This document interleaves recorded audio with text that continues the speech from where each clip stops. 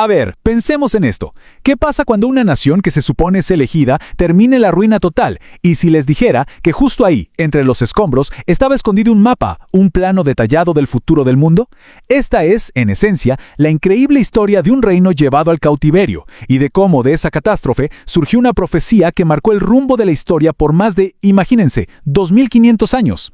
Vamos a desentrañar juntos cómo la ruina de una nación se transformó en una revelación para todas las demás. Para entender la caída, primero tenemos que entender la promesa. La pregunta clave es esta: ¿cómo es posible que el pueblo escogido por Dios terminara en el exilio, con sus ciudades hechas polvo y su templo en ruinas? Bueno, la respuesta está en una decisión fundamental. En el corazón de toda esta historia nos encontramos con un pacto, una especie de alianza sagrada. Resulta que el destino de Israel no fue algo al azar, para nada. Estaba directamente conectado a una elección clave entre dos caminos, y las consecuencias, bueno, eran radicalmente opuestas. Y la elección no podía ser más clara, ¿verdad? Por un lado, la obediencia, y con ella la promesa de ser un especial tesoro, una nación exaltada, bendecida. Por el otro, la desobediencia, que advertía sobre cautiverio, desolación, una maldición. Sencillamente no había un punto intermedio, era blanco o negro. La historia, lamentablemente, nos muestra un patrón bastante trágico. Según las crónicas, el pueblo se burlaba de los profetas, adoptaba las peores prácticas de otras naciones. Llegaron incluso a adorar al sol dentro del propio templo. La violación del sábado se volvió algo común. El punto de quiebre fue cuando se llegó a un momento en que, como dice la Escritura, ya no hubo remedio. El daño estaba hecho.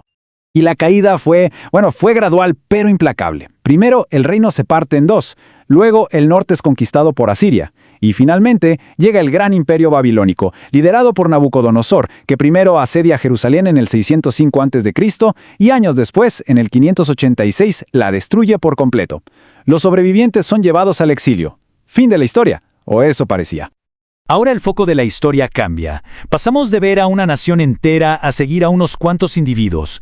Entre esos cautivos había jóvenes de la nobleza, y entre ellos Daniel y sus amigos. Su fe ya no sería probada en su casa, sino en el mismísimo corazón del imperio más poderoso del mundo. Hay que decirlo, Nabucodonosor era un estratega brillante. Su plan para borrar la identidad hebrea era un ataque en tres frentes.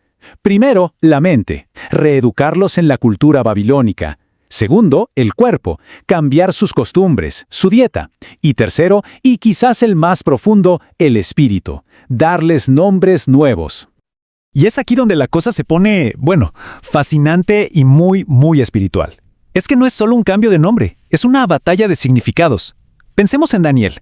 Su nombre hebreo significa Dios es mi juez. ¿Y qué le ponen? Beltesar, que quiere decir Bel, su Dios, protege mi vida. Es una confrontación directa. Cada nombre nuevo era básicamente un intento de borrar al Dios de los hebreos y suplantarlo con el panteón de Babilonia. Un ataque a la identidad en su nivel más profundo. Pero, en medio de este programa de asimilación total, surge la resistencia. Este versículo es clave, es un punto de inflexión. Daniel toma una decisión personal, firme, desde adentro.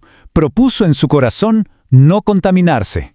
Y la primera gran batalla fue por algo tan simple como la comida del rey, que a menudo se ofrecía primero a los ídolos. Y justo entonces, la historia da un giro completamente inesperado.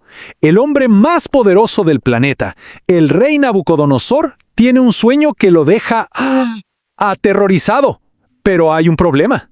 Al despertar, no puede recordarlo. Se le fue. Así que el rey llama a su equipo de élite, magos, astrólogos, los mejores cerebros del imperio. Pero la exigencia que les pone es imposible.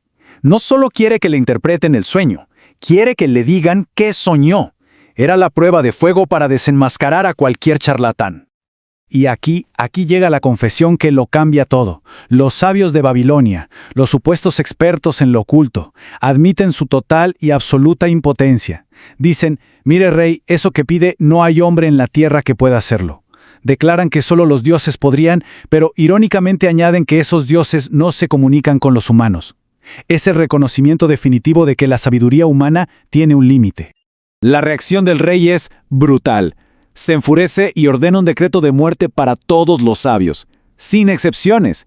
Y esto, por supuesto, incluye a Daniel y a sus amigos, que ni siquiera habían sido consultados, pero ahora enfrentan la misma sentencia.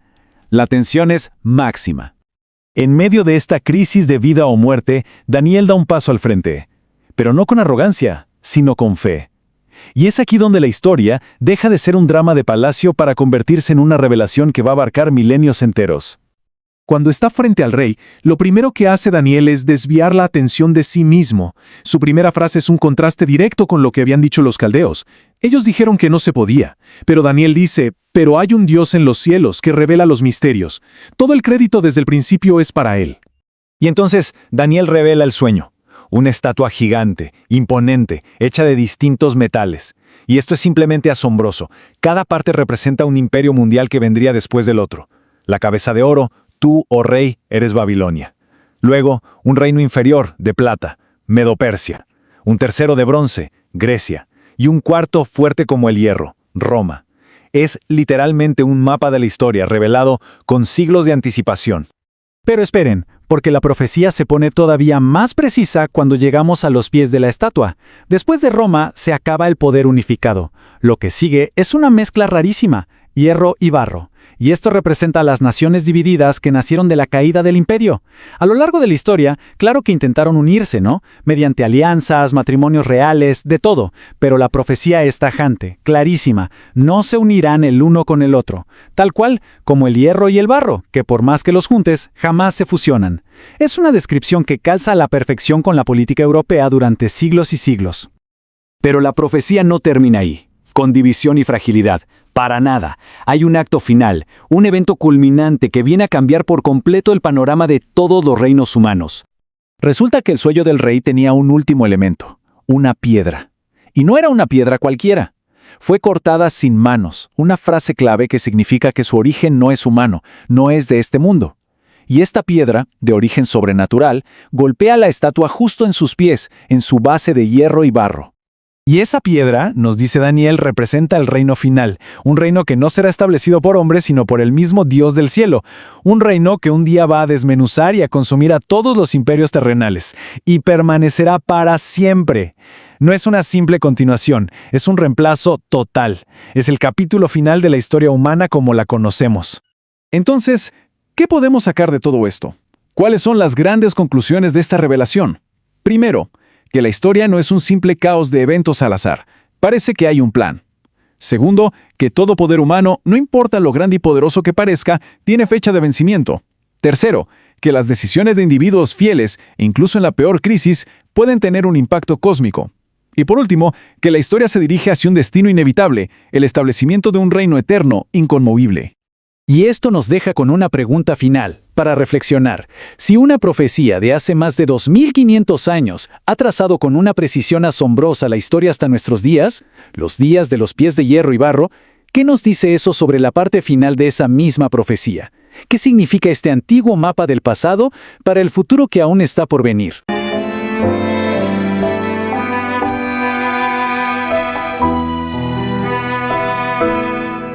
Gracias por acompañarnos. Por favor, no olvides suscribirte. Regálanos tu like y dale clic a la campanita para avisarte cuando subamos más videos. Y si te gusta nuestro contenido, por favor ayúdanos a seguir compartiendo la verdad presente para este tiempo. Que Dios te bendiga.